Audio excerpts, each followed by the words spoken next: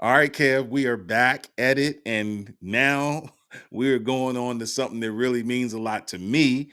We all live busy lives, but this weekend, after hearing from Pasta News himself, this is the anniversary, 20th anniversary of The Grind Date by De La Soul. Oh man, we just want to do a little bit of talking hip hop on this project. This was their first project that they were able to make free of Tommy Boy, and it was amazing. I truly enjoyed The Grind Date. They had a run. I mean, the last two projects that they gave Tommy Boy were good, but this one was the next step to a elevated level. We're gonna get into it with our man Kev because he's our underground backpack legend. Kev, your thoughts on The Grind Date by De La Soul and 20 years of just beauty. It's a good album. It's a great album. Um, and I think that they were able to it's what's that term they use? In their bag. It was one of those in their bag albums, which is not to say that De La has an underrated discography. Um you hear very few people talk about De La's first to last albums. It's very underrated. It's very, very underrated. But the Grind Date was the album before that was, oh god, what was it?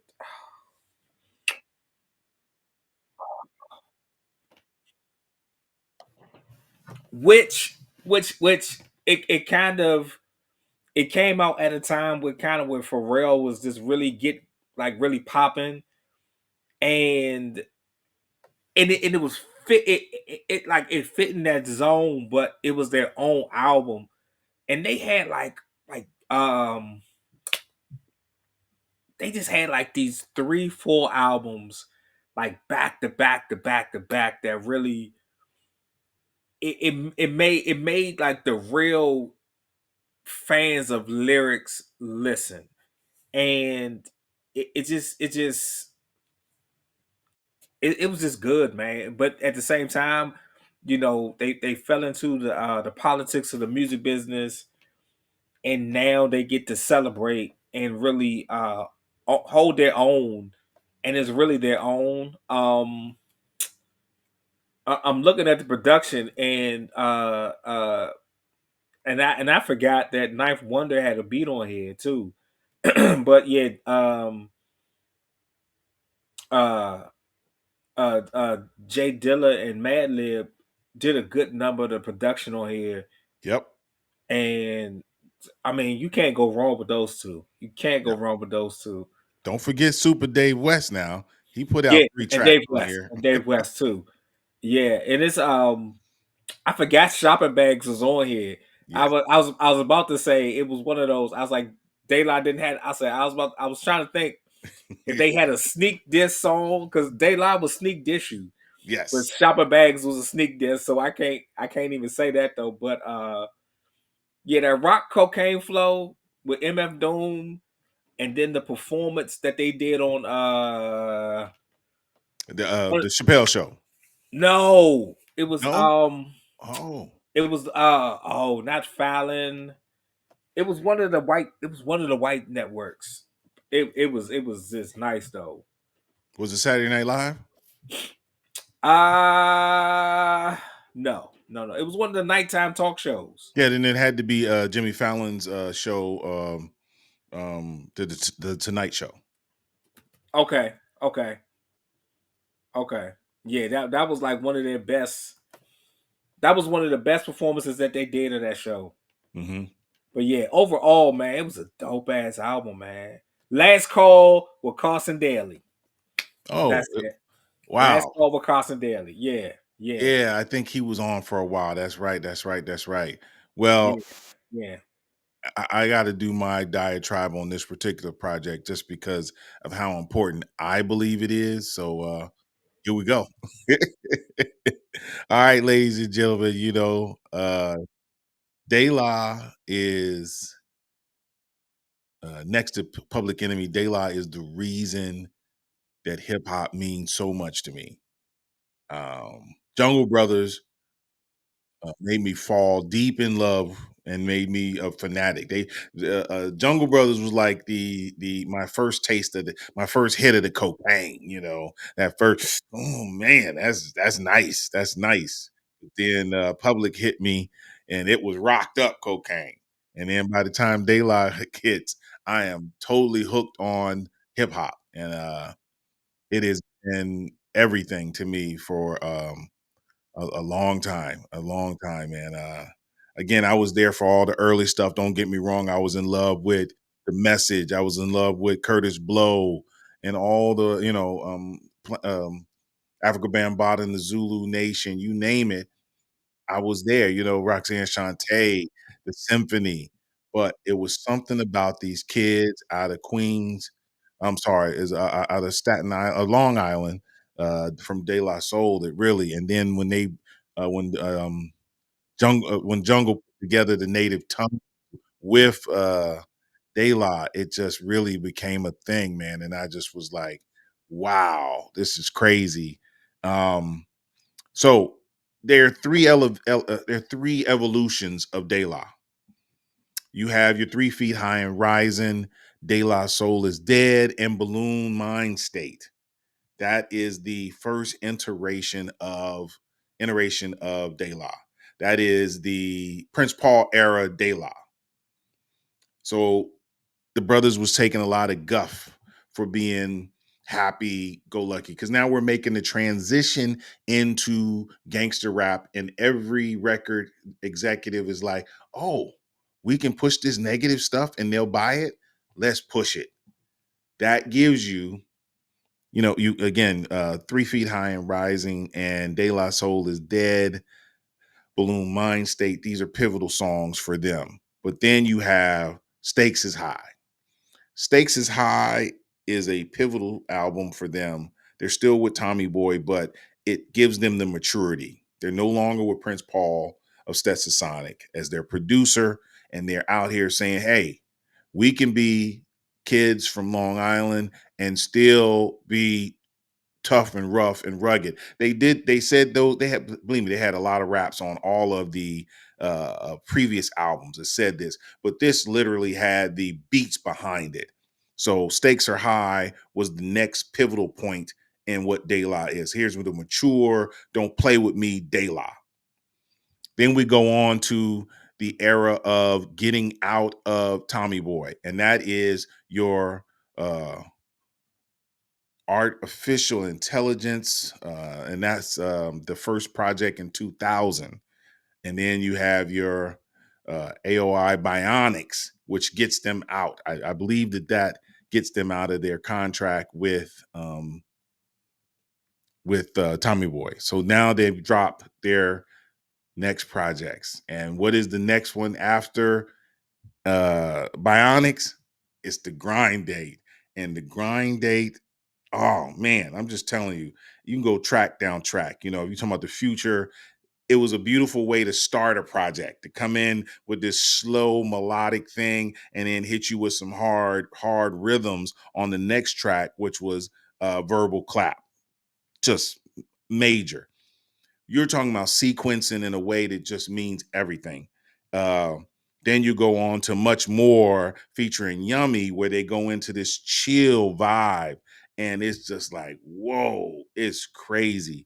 And then they give you the bomb track, their most commercial track of the project. And I don't want to forget that Much More, they did it on, they did a visual of it on the Dave Chappelle show. But then you go into their most commercial track from the album, and that was Shopping Bags. And then they come back hard at you with the Grind Date itself. Then they mellow you out with Church, which is a real soulful vibe. And that one, they had to throw Spike Lee on that joint. And then they give you another chill story after that with Carl Thomas. And it's like that. And at that time, Carl Thomas was really riding on a high level before he cooled out. And then he comes with Ghostface Killer, and they just doing bars after bars after bars. They're just crazy bars on this project. Then They give you Days of Our Lives with Common, and then that's just them going into their native tongue situation where they're really just vibing off the native tongue part of their thing. And then they gonna give you Come On Down with Flavor Flav. Come on.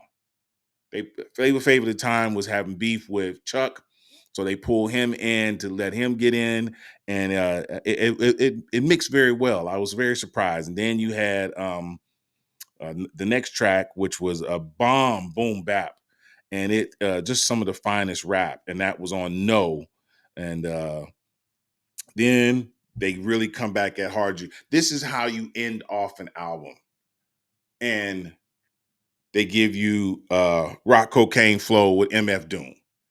You bring us up to this high level with this type of hardcore hip hop rap, backpack, whatever you want to call it, conscious underground rap, whatever, and then finish us off with this reggae, this dance hall track, similar, a dance hall artist with Sean Paul, and that's on Shoomp. And again, just the sequencing of this is amazing. I wanted to show my love for this project just because I didn't know it had been 20 years. I listen to this at least once a quarter. I will throw this on because, and here, and I'll finish it off my diatribe with this. The reason why I'm so hard on hip hop, rap, whatever you want to call it, is because projects like this. This is a no skip album. You may not love every song on here, but every song on here is listenable. There's nothing that makes you want to turn it off. And it is a fast album. I mean, it gets you, it's not a long, it's a longer album, but it just gets you, you're like, oh wow, it's over already. And with that, we'll let Kev jump back in here. But man, I just had to talk my stuff for a minute, Kev. You know how it get. I Uh mean, it's we're getting to that point now where we're looking at 10 and 20-year anniversaries, and um it's starting to really mean something, you know. We're not that far removed from the 50 years of hip hop anniversary. Um and you know, some of our legends are still here, some of them are just falling, you know what I mean, in their early 50s, which is sad. I mean, you know, like Dave from De La is what, yep, 2 3 years ago. yep. 2 years Um, ago. you know, and these guys, they're telling you about not just their personal life, but they're telling you the issues they had with the business and how the music industry really is. But for them to still survive and to still be able to say, hey, read your contracts. Uh, don't be afraid to take your own step. Um, put your career in control where you can kind of do what you want. You know what I'm saying? Like, uh, there was a tweet the other day where Jermaine Dupri said that I thought that get the big record deal was the thing to have. What's so special about being independent? And someone says freedom, and he said, "Is freedom that important?" And it was kind of like, wow, you know what I mean? Like artists like De La Soul didn't have no control over their music, and they, you know, they told you that. They told you in song, they told you in interviews, like how important it is to have freedom, and to see a group that lasted, oh God, 30 years, 30 plus, you know, they came out 89, 3 feet high, 89. 3 feet high and rising came out 89. And for them to still be putting out music, I mean, well, they ain't put out nothing in a while. Their last album was good. The Anonymous Nobody. That's Yes. a that's a four out of five, 4.5 out of five, to be honest with you. Um, but you know, grind the grind date and stakes is high. I think in a good number of people's minds are like one and two within their catalog, and to for these guys to be able to celebrate 20 years of a good album, man. It's a good album, man. Um, Yeah, I'm gonna go. I'm definitely gonna go back and spend some time to really play it again. It's been a while. I know I took a couple of songs out, put them on playlists, but just I haven't really listened to the whole thing in a long time. But I think just to celebrate the 20th, which is great.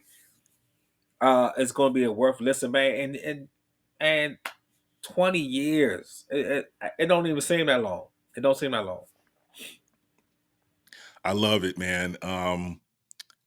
This has been a great conversation. Anything you want to say before we get out of here, man? I'm so appreciative to be here to see these guys. I wish that uh, Jungle got the same notoriety as De La, because their album is now almost 25 years old. Um, yeah, man. It's a I mean, the president is now, and we still have enough of our ancestors or our legends still here. Um, it's you kind of hear it in some of the music today. Like Kendrick Lamar has like three songs that have like three known samples, and those songs are like high up on the charts. But I wish people kind of knew the originals. Like I was listening to the radio, and they was playing these songs, but the guy was actually telling you this who did this beat originally, this who made this song famous originally. And I wish we had more of that, but I don't want to get that's another tangent. But just shout out to Ye and his music thing, and hopefully he get his personals together. And shout out to De La, man, for having control of their music again and not forgetting about the fans. That's another thing about De La. They always think about their fans. They always want to give back to their fans, and they put fan. Like fan is second, right behind the music. So that's something you have to appreciate, because I don't think a lot of artists today really are worried about the fans, but they always show love to their fans, and I think that's so key. And I just want to say that in 1988, right before 3 Feet High and Rising, was the Jungle Brothers, was straight out of the jungle. And I just had to say that to make sure everybody understand that both of these groups have put it in and put in work. And I'm glad that De La is still doing their thing. Jungle had broken up for a while, but they're back. Let's keep them going. If they're touring, we will let you know, or you can follow them. Go to their websites and follow them to see if they're touring. And can't wait for you guys to join the conversation. We will be doing a live. I think we're going to jump on TikTok, because I tell you, I want to listen to this album and see what people think in real time. So maybe next week, time allotting, Kevin and I will get on TikTok live and listen to people. If not, we'll do it on Patreon, and you guys will have to join us on Patreon. And with that, man, we are out of here. Peace.